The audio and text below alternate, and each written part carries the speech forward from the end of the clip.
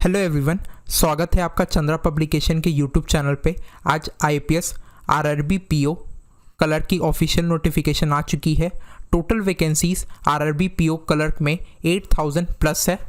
तो आज के इस वीडियो में हम देखने वाले हैं कि किस डेट से हमारा आरआरबी पीओ क्लर्क की एप्लीकेशन फॉर्म स्टार्ट होने वाली है, एप्लीकेशन फ़ीस क्या होने वाली है, कोविड-19 रिलेटेड क्या नए रूल रेगुलेशन इस एग्ज़ाम में ऐड किए गए हैं, इम्पॉर्टेंट डेट्स क्या क्या हैं और एलिजिबिलिटी क्राइटेरिया क्या होने वाली है, और फाइनल ईयर के स्टूडेंट जिनकी ग्रेजुएशन की डिग्री पेंडिंग है क्या वो इस एग्ज़ाम में अप्लाई कर सकते हैं कि नहीं। तो इन सारी क्वेरीज़ को हम आंसर करने वाले हैं इस वीडियो में। मैं आपसे रिक्वेस्ट करूँगा आप इस वीडियो के अंत तक बने रहें ताकि आपको इस एग्ज़ाम के नोटिफिकेशन का एक ओवरव्यू मिल जाए, और इस चैनल को सब्सक्राइब करना ना भूलें ताकि आपको और भी आने वाले वीडियोस की नोटिफिकेशन मिलती रहे। ये हमारी एग्ज़ाम नोटिफिकेशन की पीडीएफ है। तो किस चीज़ की रिक्रूटमेंट होने वाली है? ऑफिसर स्केल 1 यानी प्रोबेशनरी ऑफिसर, पीओ की स्केल 2 यानी स्पेशलिस्ट ऑफिसर, चाहे वो मार्केटिंग या आईटी या लॉ, और स्केल 3 यानी senior manager and office assistant. Office assistant का मतलब clerk in regional rural bank. RRB exam के रिक्रूटमेंट में कितने बैंक्स पार्टिसिपेट करने वाले हैं वो लिस्ट दी गई है। तो टोटल कितने बैंक्स हैं? टोटल 43 बैंक्स पार्टिसिपेट करने वाले हैं, और वो बैंक्स किन स्टेट से बिलोंग करते हैं वो दी गई है। और जब आप इन स्टेट से जब अप्लाई करते हैं तो आपको कौन सी लोकल लैंग्वेज आनी चाहिए उस स्टेट की, वो इस कॉलम में लिखा हुआ है। आइए अब देखते हैं कि आरआरबी के पोस्ट में अप्लाई करने के लिए आपकी एज कितनी होनी चाहिए। तो आपकी एज 1 जुलाई 2020 को जितनी होगी उसके अकॉर्डिंग ही आप डिफरेंट पोस्ट के लिए अप्लाई कर सकते हैं। जैसे सीनियर मैनेजर के लिए आपकी एज 21 ईयर और 40 ईयर के बीच में होनी चाहिए, और आपका डेट ऑफ बर्थ इस डेट और इस डेट के बीच में होना चाहिए। और मैनेजर के लिए आपकी एज 21 और 32 ईयर्स के बीच में होनी चाहिए। सेम असिस्टेंट मैनेजर के लिए आपकी एज 18 और 30 के बीच में होनी चाहिए। और फॉर ऑफिस असिस्टेंट यानी क्लर्क के लिए आपकी एज 18 और 28 के बीच में होनी चाहिए। मैं आपको सिर्फ नोटिफिकेशन की ओवरव्यू दे रहा हूँ, लेकिन फिर भी अगर आपको इस नोटिफिकेशन की डिटेल में जाना है तो मैं वीडियो के डिस्क्रिप्शन में इस नोटिफिकेशन को डाउनलोड करने की लिंक प्रोवाइड कर दूंगा। आप नोटिफिकेशन की पीडीएफ डाउनलोड करके आप डिटेल में नोटिफिकेशन देख सकते हैं। जैसे यहाँ पे एज रिलैक्सेशन दिया गया है डिफरेंट कैटेगरीज के लिए, तो वो आप देख सकते हैं। अब हमारी आरआरबी के डिफरेंट पोस्ट के लिए हमारी एजुकेशन क्वालिफिकेशन एंड एक्सपीरियंस क्या होनी चाहिए। Age on last date of online registration that is 21 July 2020, मतलब हमारी एक्सपीरियंस या एजुकेशन क्वालिफिकेशन 21 जुलाई 2020 तक जितनी होगी उसी को कंसीडर किया जाएगा। ये अब 4th ईयर वालों को समझना पड़ेगा कि अगर आपकी डिग्री 21 जुलाई 2020 तक अगर आपके हाथ में है तो आप इन आरआरबी के पोस्ट के लिए अप्लाई कर सकते हैं। लेकिन अगर आपकी डिग्री आपके हाथ में 21 जुलाई 2020 को नहीं आती है तो आप इन आरआरबी के डिफरेंट पोस्ट के लिए आप नहीं अप्लाई कर सकते हैं। अब ऑफिस असिस्टेंट यानी क्लर्क के लिए क्या एजुकेशन क्वालिफिकेशन है? Bachelor's degree in any discipline from a recognised university और इस इक्विवेलेंट। तो बैचलर डिग्री इंपॉर्टेंट है, and proficiency in local language as prescribed by participating RRB. तो आपको जिस भी आप स्टेट के लिए आप अप्लाई कर रहे हैं तो आपको उस स्टेट की लोकल लैंग्वेज आनी चाहिए। बी क्या बोल रहा है? Desirable working knowledge of computer. तो आपको आरआरबी क्लर्क के लिए कंप्यूटर की बेसिक नॉलेज होनी चाहिए। असिस्टेंट मैनेजर यानी पीओ के लिए हमारा एजुकेशन क्वालिफिकेशन क्या बोल रहा, bachelor's degree in any discipline from a recognised university और इट्स इक्विवेलेंट। तो बैचलर डिग्री इंपॉर्टेंट है या उसके इक्विवेलेंट इन लिखे गए डिग्री में से कोई। तो आप देख सकते हैं कि कौन कौन इक्विवेलेंट डिग्री लिखी हुई है।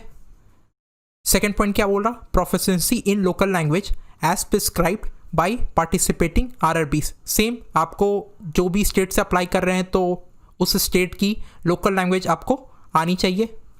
Desirable working knowledge of computer, same है, आपको बेसिक कंप्यूटर नॉलेज होनी चाहिए।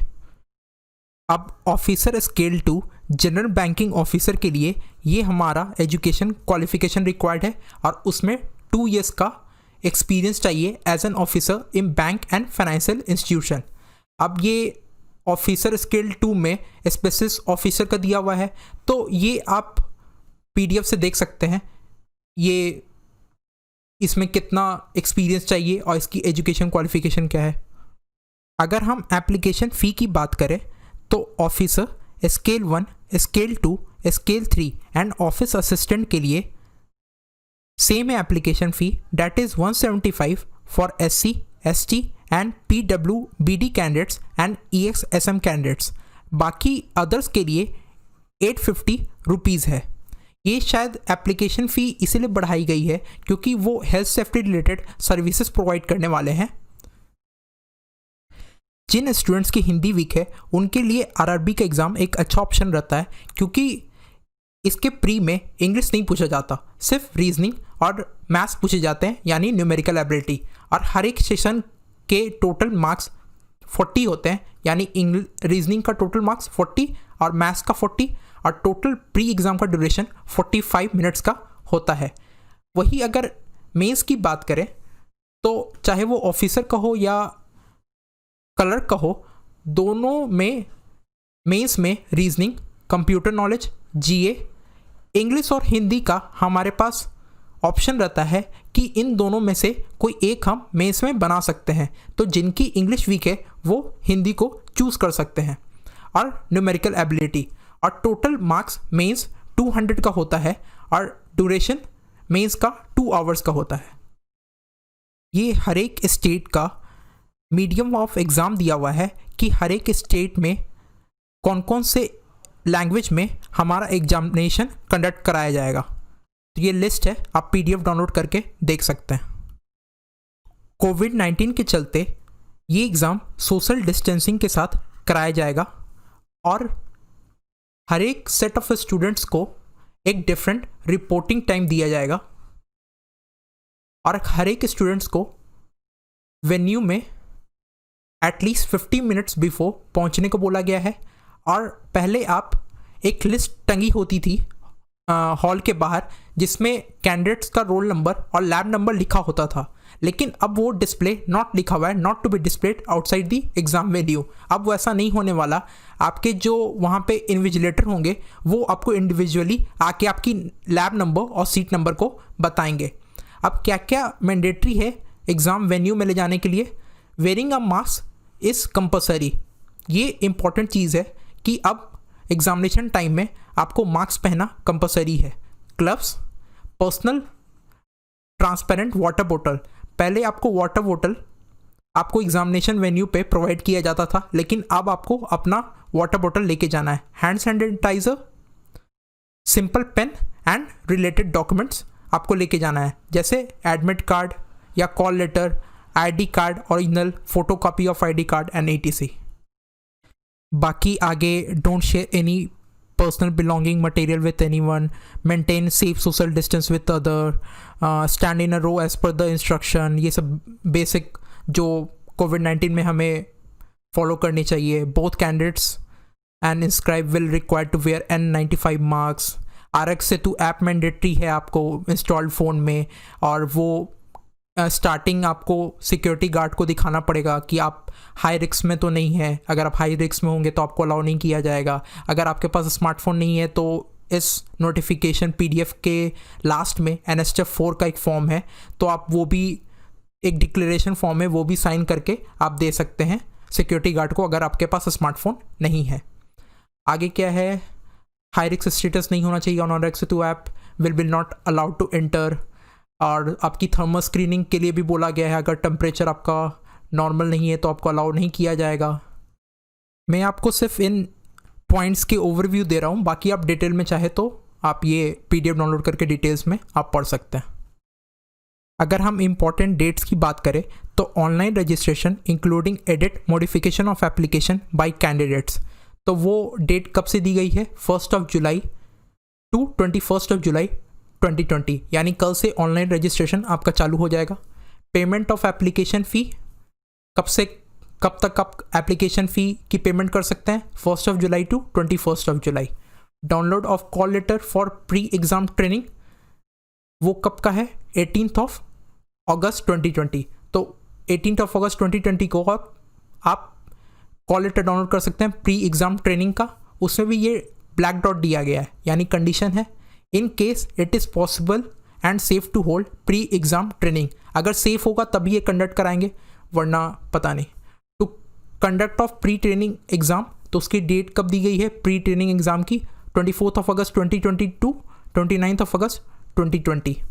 Download of call letter for online exam prelims, तो एडमिट कार्ड कब डाउनलोड किया जा सकता है प्रीलिम्स का, अगस्त 2020 में, स्पेसिफिक डेट नहीं दिया गया है। ऑनलाइन एग्ज़ाम प्रीलिम कब कंडक्ट कराएंगे, ये सितंबर और अक्टूबर 2020, यानी ये लास्ट वीक ऑफ सितंबर और फर्स्ट वीक ऑफ अक्टूबर के बीच में ये प्रीलिम एग्ज़ाम कंडक्ट कराएंगे। Result of prelim exam October में, स्पेसिफिक डेट नहीं है। Download of mains, admit card, mains exam सब अक्टूबर नवंबर में होने वाला है। Result, officer scale 1, 1, 2, 3, call letter for interview of officer scale 1, 2, 3, conduct of interview सब अक्टूबर नवंबर में होने वाला है। Provisional allotment of officer scale 1, 2, 3 and office assistant, तो फाइनल आपका अलॉटमेंट पोस्ट का जनवरी 2021 में बोला गया है। अब अगर सीट्स की बात करें डिफरेंट स्टेट्स की, तो बहुत लोग सोच रहे होंगे कि मेरे स्टेट्स में तो इतनी कम सीटें हैं, तो मैं अपने स्टेट से क्यों अप्लाई करूं, या मेरे स्टेट्स में कहीं कहीं पे NR लिखा हुआ है या 00 है, तो मैं उसका क्या करूं, क्या मैं दूसरे स्टेट से अप्लाई कर सकता हूं। तो ये आपकी चॉइस है कि आप किस स्टेट से अप्लाई करते हैं, लेकिन मैं बता दूं ये एक टेंटेटिव मेरा नोटिफिकेशन है। कोविड-19 की वजह से बैंक के काम बहुत स्लो चल रहे हैं, तो बहुत सारे बैंक ने अभी IBPS को रिपोर्ट ही नहीं किया है कि उनके बैंक में अभी कितनी वैकेंसी है। तो अभी ये टेंटेटिव नोटिफिकेशन होने की वजह से इसमें टोटल वैकेंसीज अभी नहीं मेंशन की गई है। ये आगे चल के ये वैकेंसीज इंक्रीज भी हो सकती है। मैंने देखा है कि पास्ट में कि वैकेंसी नोटिफिकेशन आने के बाद 2 से 3 हज़ार भी इंक्रीज हुई है। तो आप चिंता ना करें, आप अगर चाहते हैं अपने स्टेट से भरना तो आप फिल कर सकते हैं, वो वैकेंसीज इंक्रीज होगी ही। NR का मतलब होता है नॉट रिपोर्टेड, अभी बैंक्स ने अपनी वैकेंसी नहीं बताई है। अब बहुत लोग ये सोच रहे होंगे कि जहाँ जिस स्टेट में ज़्यादा वैकेंसी है हम वहाँ से अप्लाई करते हैं, लेकिन मैं बता दूं कि अगर आपकी वहाँ से सिलेक्शन हो जाती है और अगर आप चाहेंगे कि आपकी होम स्टेट में आपकी ट्रांसफ़र हो जाए तो वो नहीं हो पाएगा, क्योंकि RRB एक स्टेट लेवल एग्ज़ाम है, ये सेंट्रल लेवल एग्ज़ाम नहीं है, ये एक विद इन द स्टेट होता है। तो एक स्टेट की वैकेंसी को दूसरे स्टेट की वैकेंसी से कोई मतलब नहीं होता। तो आपकी अगर सिलेक्शन आपका यूपी में होता है तो आप चाहोगे कि सिलेक्शन के बाद हम अपना ट्रांसफ़र बिहार में करा लें, तो वो पॉसिबल नहीं होने वाला। तो आपको सोच समझ के अपनी फैमिली से बात करके ये डिसाइड करना है कि आप किस स्टेट से आप फिल करने वाले हैं। लेकिन वैकेंसी से चिंता ना करें, आप अपना हेल्थ का ख्याल रखें, वो ज़्यादा अच्छा है। आप अपने होम टाउन में दें ताकि आप सेफ भी रहें। बाकी ये बहुत सारे ऐसे जगह हैं जहाँ पर NR लिखा हुआ है। अब ये एग्ज़ाम सेंटर्स की टेंटेटिव लिस्ट दी गई है कि आपका हर एक स्टेट में प्रीलिम एग्ज़ाम का सेंटर क्या होने वाला है और मेंस एग्ज़ाम का सेंटर क्या होने वाला है। तो आप अप्लाई किसी स्टेट के लिए अप्लाई करने से पहले आप देख सकते हो कि आपका प्रीलिम एग्ज़ाम का उस पर्टिकुलर स्टेट में क्या लोकेशन रहेगा, किस सिटी में रहेगा, और मेंस एग्ज़ाम का क्या सिटीज़ में रहेगा। तो आप उसके अकॉर्डिंग आप अपनी प्लानिंग कर सकते हो। ये पूरी लिस्ट है, आप PDF डाउनलोड करके देख सकते हो। ये सेल्फ डिक्लेरेशन फॉर्म है। अगर आपके पास स्मार्टफोन नहीं है और आप आरोग्य सेतु ऐप को नहीं दिखा सकते एंट्री गेट पे, तो आप ये सेल्फ डिक्लेरेशन फॉर्म का प्रिंट आउट निकाल के आप इस फॉर्म फिल करके आप गेट पे दे सकते हो। होप आपको RRB के नोटिफिकेशन का एक ओवरव्यू मिल गया होगा। अब आप प्रिपरेशन में लग जाइए क्योंकि कंपटीशन अच्छा होने वाला है। क्योंकि कोविड-19 के वजह से लोगों की जॉब्स चली गई है, तो वो सभी के सभी गवर्नमेंट जॉब की तरफ शिफ्ट करने वाले हैं। तो आप अपनी प्रिपरेशन ऐसी रखिए कि आप इस एग्ज़ाम को ईज़िली क्वालिफाई कर सकें। अगर आपके प्री में पज़ल स्पीडली नहीं बन पाते हैं तो मेरे इस चैनल पे 100 पज़ल की सीरीज़ है। आप प्री के पज़ल को देख सकते हैं कि आपकी सही अप्रोच क्या होनी चाहिए ताकि आपकी स्पीड और एक्यूरेसी आ सके। Thanks for your valuable time and have a good day.